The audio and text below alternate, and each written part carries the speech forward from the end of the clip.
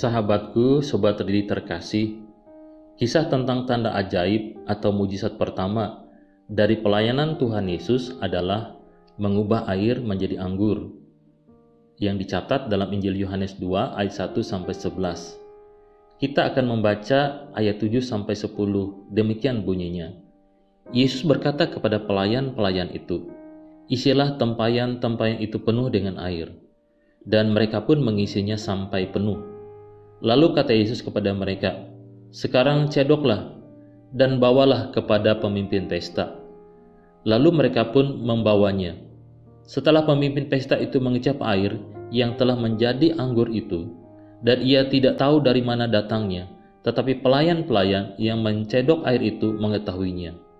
Ia memanggil mempelai laki-laki dan berkata kepadanya, "Setiap orang menghidangkan anggur yang baik dahulu, dan sesudah orang puas minum, barulah yang kurang baik. Akan tetapi engkau menyimpan anggur yang baik sampai sekarang."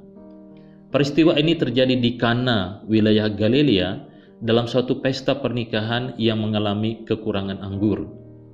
Jika dalam suatu pesta pernikahan kekurangan atau kehabisan anggur, maka hal itu akan sangat memalukan bagi keluarga.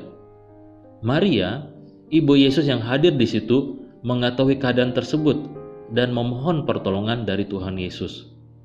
Kemudian, dengan jelas para pelayan diperintahkan mengisi tempayan dengan air, dan dengan kuasanya, air itu berubah menjadi anggur yang berkualitas tinggi. Peristiwa ini diketahui oleh para pelayan pesta. Di ayat 11 kemudian, Yohanes menegaskan, hal itu dibuat Yesus di Kana yang di Galilea sebagai yang pertama dari tanda-tandanya, dan dengan itu ia telah menyatakan kemuliaannya dan murid-muridnya percaya kepadanya. Sobat Ridi, dengan mujizat ini Yesus ingin menunjukkan kepada para murid dan pembaca Injil Yohanes bahwa ia adalah Mesias yang Maha Kuasa. Kepadanya lah kita harus mempercayakan totalitas hidup kita. Kisah ini juga menjadi pelajaran berharga bagi kita, bahwa dalam setiap krisis kehidupan, Yesus sanggup melakukan mujizat dan tidak ada yang mustahil baginya. Bagian kita adalah taat sebagaimana yang ditunjukkan oleh para pelayan dalam perjamuan pernikahan di Kana.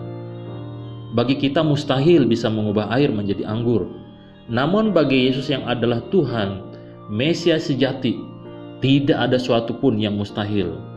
Karena itu, mari letakkan iman pengharapan kepadanya dalam menghadapi berbagai persoalan hidup.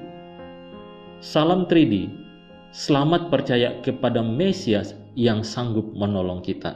Amin.